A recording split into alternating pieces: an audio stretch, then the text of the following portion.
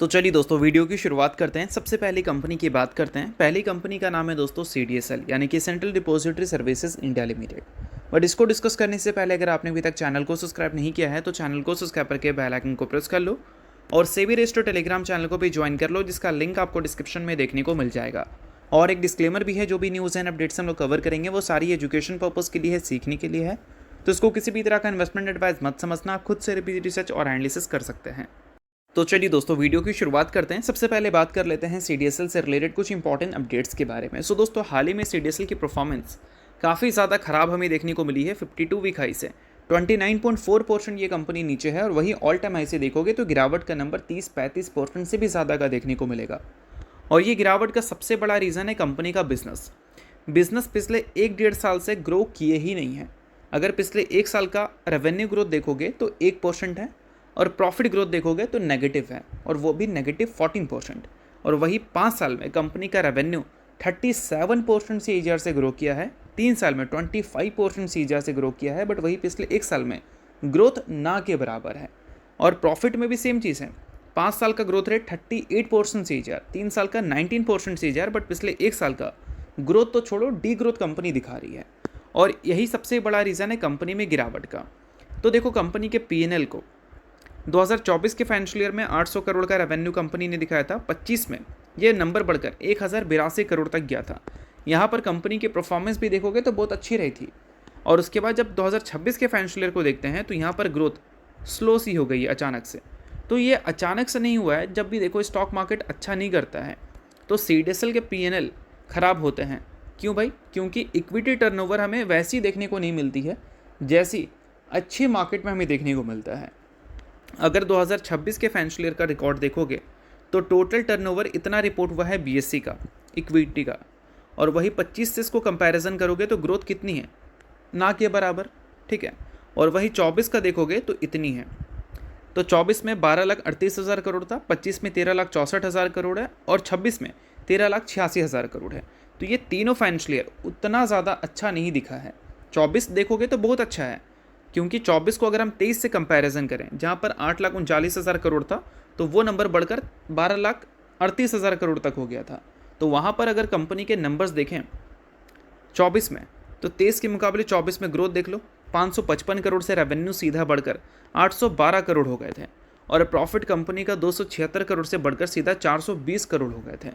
और वही अगर हम 23 को कंपैरिजन करें 22 से तो 23 का नंबर आप यहाँ पर देख सकते हैं 8,39,000 करोड़ का था और वही 22 का नंबर 10,65,000 करोड़ था। तो 22 से 23 में नंबर गिरा था। और वहाँ पर CDSL के अगर नंबर को देखोगे तो 22 में कितना रिपोर्ट हुआ था रेवेन्यू? 551 करोड़, और 23 में कितना रिपोर्ट हुआ? 555 करोड़। तो जब भी इक्विटी टर्नओवर गिरता है स्टॉक मार्केट का, चाहे वो BSE का गिरे या फिर NSE का गिरे, CDSL के अर्निंग्स में इम्पैक्ट आते ही आते हैं। और यही वजह से CDSL का परफॉर्मेंस ख़राब है। अब देखो दोस्तों, ये सारी चीज़ों के बाद अगर हम बात करें अभी स्टॉक मार्केट में लोगों का इंटरेस्ट कैसा है उसके बारे में, तो वो भी अच्छी नहीं है, क्योंकि न्यू डिमेट अकाउंट एडिशन के जो नंबर्स हैं वो लगातार ख़राब आ रहे हैं। अभी मार्च के महीने का जो डेटा रिपोर्ट हुआ है डिमेट अकाउंट एडिशन का, उसमें नंबर 1 ईयर लो पे गए हैं। इसका मतलब ये है कि जो नंबर मार्च के महीने का रिपोर्ट हुआ है वो पिछले 1 साल में कभी भी देखने को नहीं मिला है, उससे ख़राब। मार्च के महीने में टोटल कितने थे? 21.5 लाख डिमेट अकाउंट ओपन हुए थे, ठीक है, CDSL और NSDL दोनों के। और फरवरी से देखोगे तो ये नंबर आपको 31% गिरती हुई दिखी है। और जनवरी से देखोगे तो और भी ख़राब देखने को मिलेगा, क्योंकि जनवरी में तो 32 लाख डिमेट अकाउंट ओपन हो गए थे। तो जनवरी अच्छा था, फरवरी ख़राब हुआ था जनवरी के मुकाबले, बट मार्च तो उससे भी ख़राब हो चुका है। यही सारी चीज़ों की वजह से मार्केट अगर रिकवर कर भी रही है तो CDSL में कोई पॉजिटिव पुल बैक हमें देखने को नहीं मिल रहा है।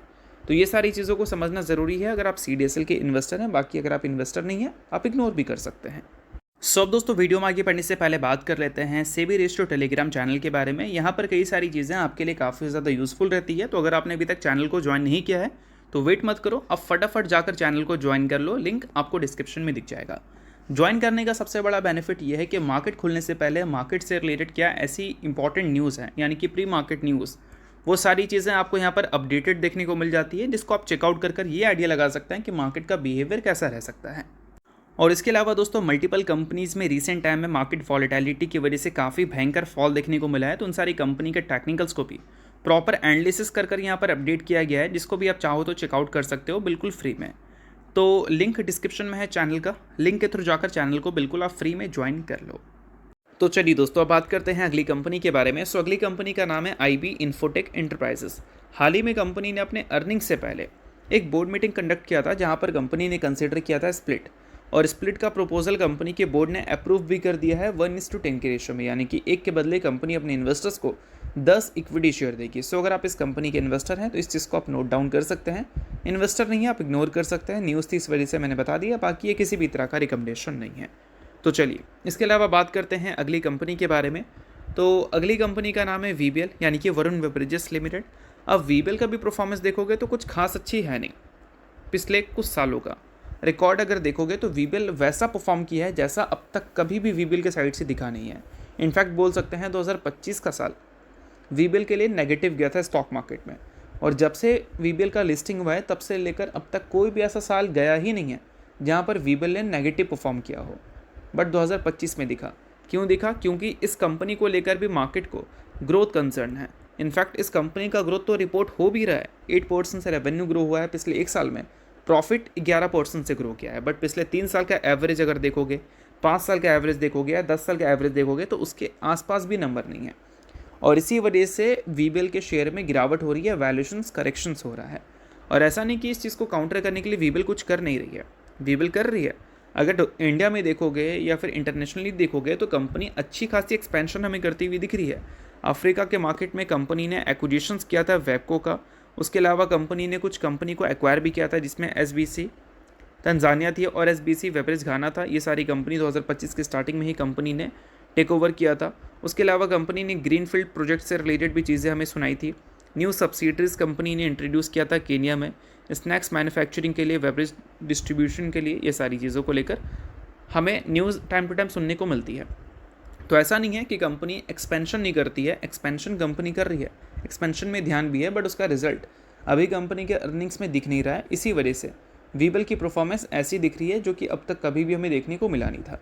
और साथ में डोमेस्टिक मार्केट में कैंपा कोला की वजह से मार्केट शेयर कंपनी को थोड़ा लूज़ करना पड़ रहा है, टफ कंपटीशन मिल रहा है कंपनी को। इन सारी चीज़ों की वजह से भी VBL के नंबर्स उतने अच्छे हमें देखने को नहीं मिल रहे हैं। और इन सारी चीज़ों के बाद एक शॉकिंग अपडेट यहाँ पर यह है दोस्तों कि कंपनी का latest share holding pattern update हुआ है, जहाँ पर प्रोमोटर के होल्डिंग्स तो एज इट इज़ है, थोड़े से स्टेक्स कम हुए हैं 0.01% से, बट उसको ना के बराबर मानो। अगर हम बात करें FIS की, तो देखो FIS क्या है कि जनरली हाई ग्रोथ कंपनी में इन्वेस्टमेंट करना प्रीफर करती है, और जून क्वार्टर में FIS के जो स्टेक्स थे वो 21.8% थे, जो कि उससे पहले के फाइनेंशियल ईयर का जो लास्ट क्वार्टर था उसके मुकाबले वो नंबर गिरा था, फिर थोड़ा सा स्लाइटली इंक्रीज़ हुआ था Q2 में, और Q3 में फिर से ये स्टेक गिर कर 20.31% पे आ गया था। और अभी मार्च का लेटेस्ट शेयर होल्डिंग पैटर्न जो अपडेट हुआ है, वहाँ पर भी स्टेक्स ऑलमोस्ट 1% तक कम हुई है, या फिर 0.8% भी आप बोल सकते हो। वहाँ पर ये नंबर 19.5% पे आ चुका है, यानी कि FIS लगातार इस कंपनी में अपनी स्टेक्स को ट्रिम करती हुई दिख रही है, और वही उसके स्टेक्स हमें DIS के पास जाते हुए दिख रहे हैं, क्योंकि हर क्वार्टर में DIS के स्टेक्स इस कंपनी में बढ़ते हुए दिख रहे हैं, जो कि एक अच्छी बात भी है। DIS generally under valued company में इन्वेस्टमेंट करना प्रेफर करती है, और अगर VBL में इतनी बड़ी गिरावट के बाद DIS इसको अंडर वैल्यूड कंसिडर कर रही है, तो बाद में एक रिकवरी पोटेंशियल VBL में ज़रूर दिख सकता है अकॉर्डिंग टू DIS। और इस कंपनी का वैल्यूएशन देखोगे तो पिछले 5 साल का लोवेस्ट लेवल पे है, ये भी हम बोल सकते हैं। और दोस्तों अगर हम बात करें कंपनी के market cap to sales ratio के बारे में, तो वो पिछले 5 साल के लोवेस्ट लेवल पे तो नहीं है, बट पिछले 1 साल के लोवेस्ट लेवल पे हमें ज़रूर देखने को मिल रहा है। तो ये सारी चीज़ों पे आप ध्यान रखना अगर आप VBL के इन्वेस्टर हैं। बाकी जितनी भी चीज़ें हैं वो सिर्फ एजुकेशन पर्पज़ के लिए हैं। और दोस्तों अगर आपने अभी तक सेबी रजिस्टर्ड टेलीग्राम चैनल को ज्वाइन नहीं किया है तो उसको जाकर आप ज़रूर ज्वाइन कर लो, उसको फ्री में ज्वाइन कर सकते हैं, लिंक आपको डिस्क्रिप्शन में दिख जाएगा। तो ये वीडियो यहीं तक था। आप करता हूँ वीडियो आपको अच्छा लगा, लाइक कीजिए, पहली बार सब्सक्राइब कीजिए। देने के लिए बहुत बहुत शुक्रिया।